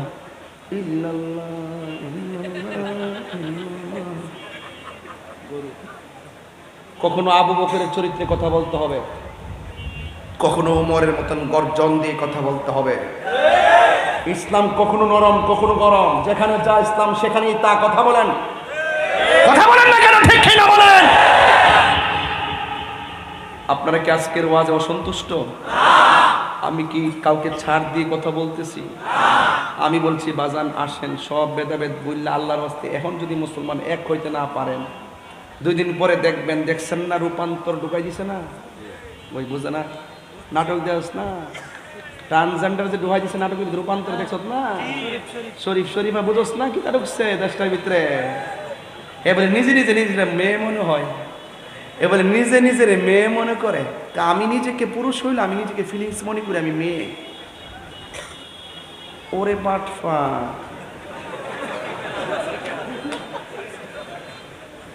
থার্ড জেন্ডার মানে হিজরা, এটা আল্লাহর দান। আল্লাহ যেমন পছন্দ করছে এইভাবে বানাইছে। ট্রান্সজেন্ডার মানে নিজের নিজের মেয়ে মনে করে, আবার নিজে মেয়ের মতো অঙ্গভঙ্গি, আবার সার্জারিও করে, কইরা মেয়ের মতন সাজে। এটা হারাম। আল্লাহর সৃষ্টিকে বিকৃত করা হারাম, বিকৃতি করা হারাম। কথা বলেন ঠিক না বেটি? আমরা এখনো বাচ্চা রয়েছি, ইনশাল্লাহ বাচ্চা থাকতে এই স্বপ্ন পূরণ হবে না। পশ্চিমাদের কালচার তলে তলে ঢুকাই দিতেছে, ওই যে খানকাত বয়া যান মাডো ভাবা জানা। এই জন্য আজকে আমাদের দুর্দশা। আমরা খানকা ভিত্তিক অনৈক্য হয়ে গেছি, সংগঠন ভিত্তিক অনৈক্য হয়ে গেছি। আপনি সংগঠন আরো 20টা করেন, কিন্তু মনের মিল থাকলে 100 সংগঠন কোনো ব্যাপার না।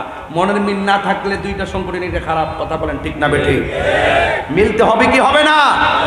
ওই আমার ভাই সুপার সাহেব তো ওয়াজ মনোযোগ তো শুনতেছে, আমার বলছে হুজুর ওই যে এক হয়ে তা আমি তো বুঝতে লাইছি কিতা কইছে, আমাদের প্রভু এটা নেই ওই দেন কি কয় শুনছেন নি? একটু পানি পান করি। গরম ওয়াজ করা অনেক কঠিন না?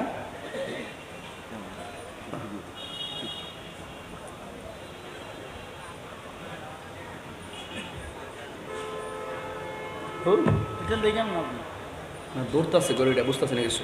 বলেন আমাদের প্রভু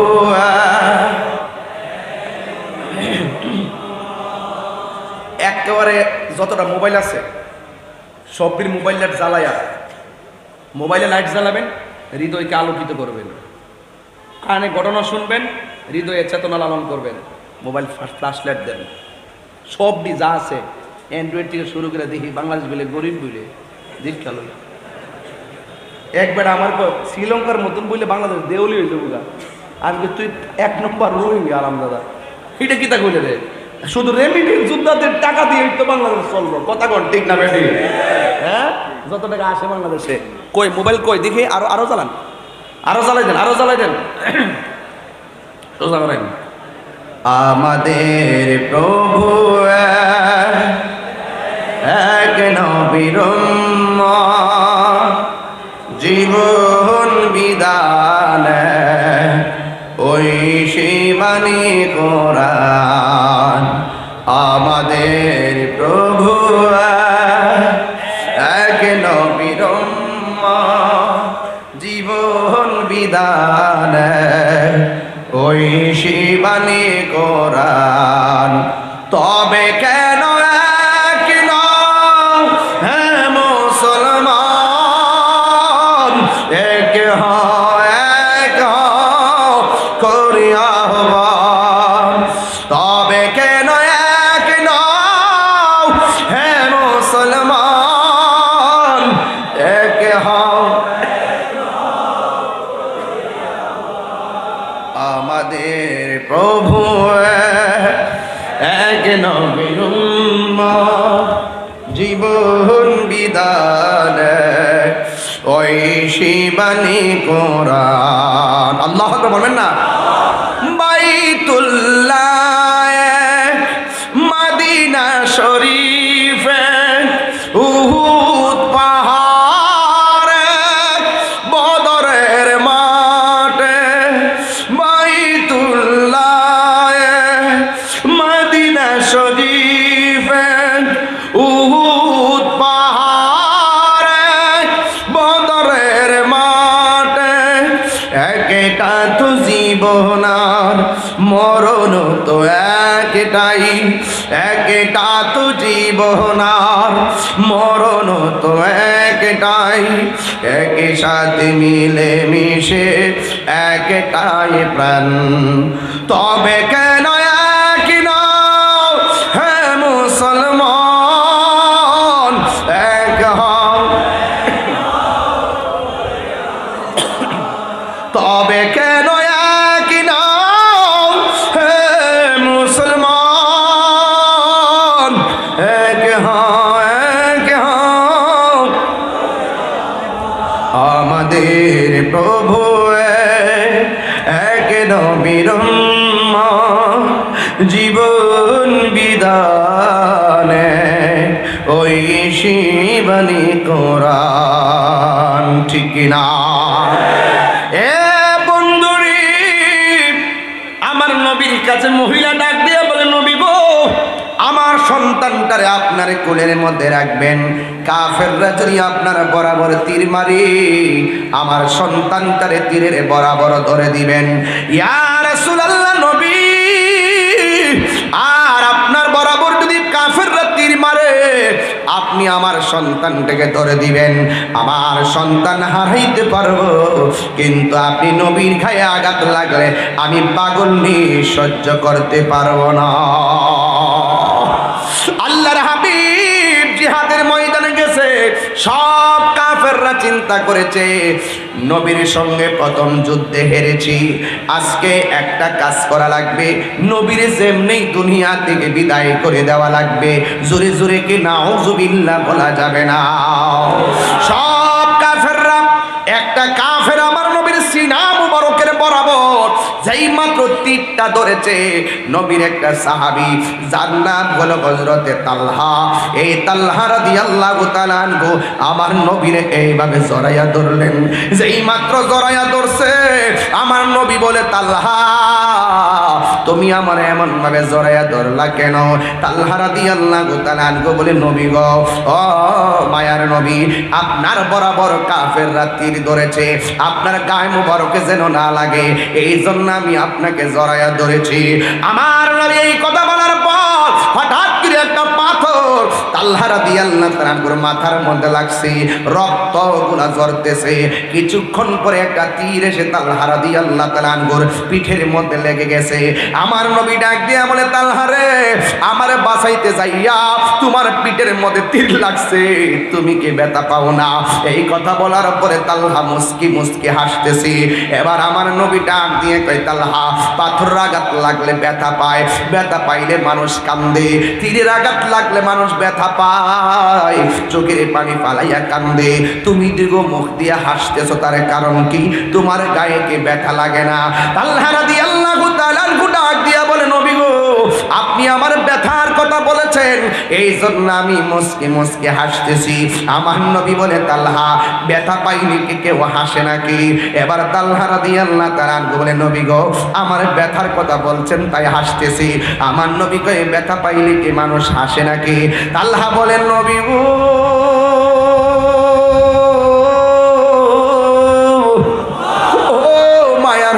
যে আমার ব্যথার কথা বললেন কেন? আমি কি হাসতাম না তো কাঁদতাম নি? আমি তো ব্যথা পাই না। যার সিনাটা রাহমাতুল লিল আলামিনের সিনা মুবারকের সঙ্গে লাগা রইছে, আরে আমার পিঠের মধ্যে যদিও বিষের তীর, আমার বুকটা তো লাগা রইছে রাহমাতুল লিল আলামিনের সিনা মুবারকের সঙ্গে, এই জন্য আমার গায়ের মধ্যে ব্যথা লাগে না। আল্লাহু আকবার বলেন না কেন? আমার নবী ডাক দিয়ে কয়, তালহা, তোমার যদিও ব্যথা লাগে না, যেইভাবে তোমার শরীর থেকে রক্ত ঝরতেছে, ও তালহা, তুমি তো দুনিয়া থেকে বিদায় হয়ে যাবে। তুমি কি জানো, হাজার তীরের আঘাতের চাইতে মরণ যন্ত্রণা বড় কঠিন, মরণ যন্ত্রণা বড় কঠিন। হাড্ডিগুলো টাস টাস করে খুলে যায়। ওয়াজের শুরু থেকে শুরু করছিলাম কথাটা, হাড্ডিগুলো টাস টাস করে খুলে যায়, আর রগগুলো টাস টাস করে ছিঁড়ে যায়। কোনো ডিসকানেক্ট হয়ে যাওয়ার পর কোনো সেলাইন ভিতরে যায় না, শরীরের তাজা তাজা রক্ত সেকেন্ডে পানি হয়ে যায়। এ তালহা, তোমার গায়ে রক্ত শূন্যতা দেখা দিয়েছে, তুমি তো দুনিয়া থেকে বিদায় হয়ে যাবে। তালহাকে ডাক দিয়ে কয়, তালহা, তীরের আঘাতের চাইতে কিন্তু মরণের আঘাত বড় কঠিন। তালহা আগের চাইতে আরো বেশি বেশি মুচকে মুচকে হাসতেছে। আমার নবী বলে, তালহা, মরণের কথা বললে সবাই কান্দে, তুমি দিগো আগের চাইতে বেশি বেশি হাসতেছো। তালহা বলে, নবী গো, ওর মায়ার নবী, আমি আজরাইলের মরণের থাবার ভয় করব কেমনে? ইয়া রাসূলুল্লাহ, নবী, নবী গো, আজরাইলের মরণের কষ্টের কথা আমি ভাববো কেন? আমার আজরাইল আইবা আমার রূহ নিত।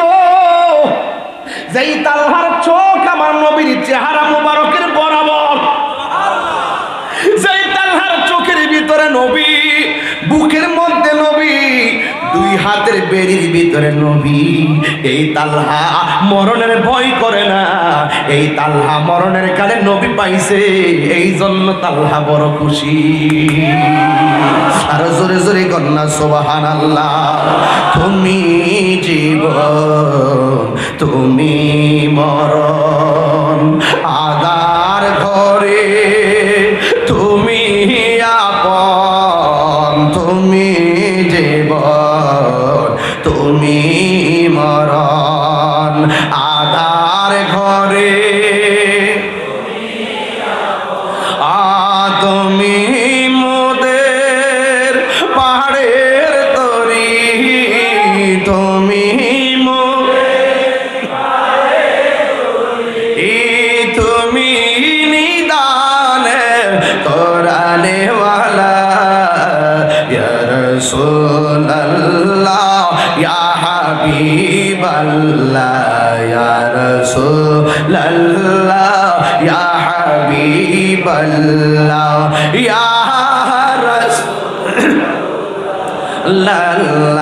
আমার নিজের হাতের লেখা তো, বলেন তুমি মোদের আশার আলো, তাই তো তোমায় বাসি ভালো, তুমি মোদের আশার আলো, তাই তো তোমায় আর হৃদয় নামের হৃদয় না গেতে রেখেছি প্রেমের মালা, ইয়া রাসূলুল্লাহ ইয়া হাবিবাল্লাহ ও লাল্লাহ ইয়া রাসূলুল্লাহ ইয়া হাবিবাল্লাহ ইয়া রাসূলুল্লাহ। একটা জবানও বন্ধ রাখবেন না, মহব্বতে মায়ার সুরে বলুন সুবহানাল্লাহ। এবার কাফেররা এইভাবে দাঁড়াইছে, এইভাবে দাঁড়াইছে। তালহা নবীর এমনি জড়াইয়া ধরছে, আস্তে আস্তে রক্তক্ষরণ হতে হতে তালহা এইভাবে পড়ে যাইতেছে। সুবহানাল্লাহ। যেই মাত্র তালহা পড়ে গেছে, আমার নবী তালহা রাদিয়াল্লাহু তাআলা আনহুকে ধরতে গেছে। যেই মাত্র আমার নবী ধরতে গেছে, ওই কাফেররা নবীরে লক্ষ্য কইরা পাথর মারছে। এই পাথরটা নবীর হেলমেটের মধ্যে লাগিয়া দুইটা করা মাথা মুবারকের ভিতরে ঢুকে গেছে। আর একটা এইভাবে নবী হাত মুবারকটা দিয়া কই করলি কি? আর একটা পাথর মারছে, নবীর দন্ত মুবারকে পড়ে ভেঙে গেছে। আমার নবী পড়ে গেছে গর্তের মধ্যে। নবী পড়ে যাওয়ার পর কাফেররা একটা গুজব ছড়াইয়া দিছে, কুতিলা মুহাম্মদ, নবীকে মেরে ফেলা হয়েছে। কত কয়েকদিন আগে তো ফেসবুকে লেখছে আমি মরে গেছি। এই গুজব নতুন না, এটা ১৫০০ বছর থেকে শুরু হয়েছে। লেখছে না মরছি, আমি বলি না, ফেরার দেশে চলে গেছি। এক বেচার আমার ফোন দিছে, ফোন দিয়ে একটু হুজুর আপনি কি মারা গেছেন?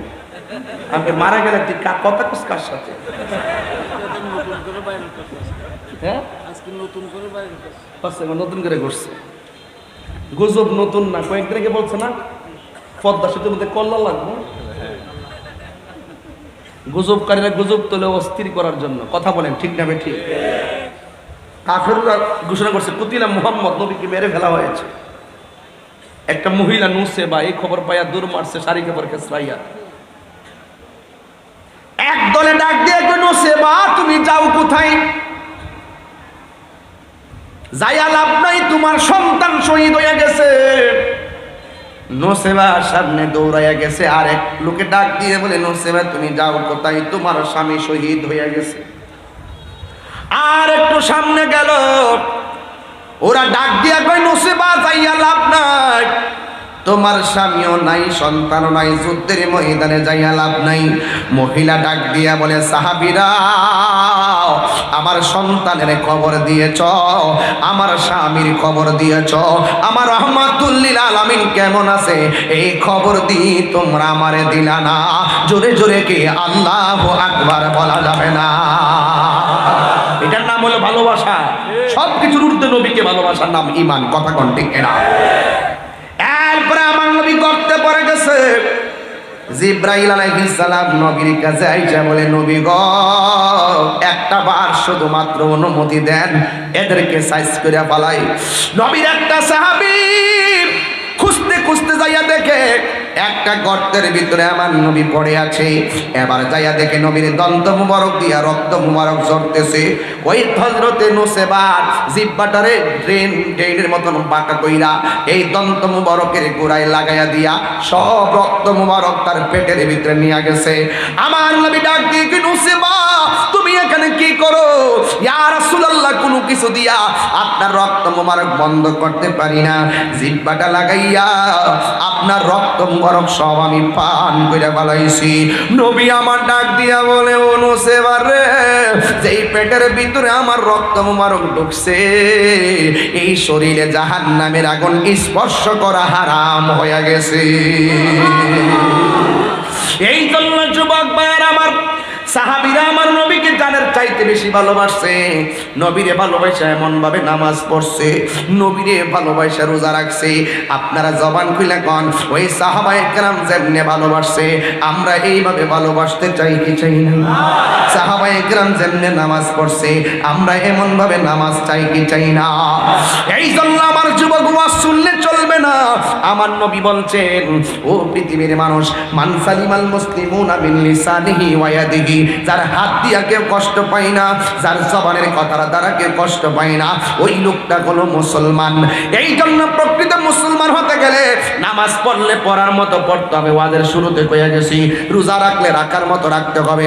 আপনারা জবান খুলে কোন নবীর তরিকায় নামাজ চাই কি চাই না? কারা কারা চান দুই হাত তুলে দেখান। নামাজ পড়লে লাভ না লস? আর জোরে কোন, সপ্তাহে সপ্তাহে নাকি মাসে মাসে? প্রতিদিন নামাজ আমরা চাই কি চাই না? নামাজ পড়লে গুনাহ হয় না, গুনাহ মাফ হয়। হাসরের ময়দানে প্রথম হিসাব নিবে কিসের? কবরের ভিতরে বেনামাজের জন্য কয়টা শাস্তি? 3টা শাস্তি। এই জন্য নামাজ আমরা চাই কি চাই না? এই 5 ওয়াক্ত নামাজ পড়বেন। আর একটা কথা না বললে আমার হক আদায় হবে না। আমরা মা বাবাকে সম্মান করতে চাই কি চাই না? আজকে অনেক মা বাপ বড় নির্যাতিত সন্তান দ্বারা। ওই দিনে দেখেছি বাবা কর্তৃক সন্তান বলি হয়েছে, নিজের বাপ সন্তানটা কেটে ফেলাইছে। কেন? কইছে যে হের যন্ত্রণায় আমি আর পারি না, আমার জেল লইয়া যান, ফাঁসি দিয়া দেন। এরপরে হে নেশা কইরা এইভাবে আমার সম্মান নষ্ট করছে, সমাজ নষ্ট করছে, এই জন্য আমি এর বিদায় করে দিছি, আপনারা আমার ফাঁসি দেন, যাওয়াই দেন। দেখেন কোথায় চলে গেছে। আবার কিছু কিছু সংসারে সন্তান বাপের কাছে নেশার টাকা চাই, টাকা দেয় না দেখা সন্তান কর্তৃক বাবা বলি হইছে। এই যুবক আমি আপনাদেরকে বলি, তাহিরিকে যদি 1 মিনিটের জন্য ভালোবাসা থাকেন, তাহিরিকে যদি 1 সেকেন্ডের জন্য ভালোবেসে থাকেন, আজকে থেকে ওয়াদা কইরা যান জীবনে কোনোদিন নেশা করব না। আজকে থেকে ওয়াদা কইরা যান জীবনে কোনোদিন মা বাপের মনে কষ্ট দিব না। মা বাপের মনে কষ্ট দিয়া তাহিরির সামনে বইয়া বইয়া ওয়াজ শুনবা, তোমার মতন শ্রোতা তাহিরের দরকার না। বেরো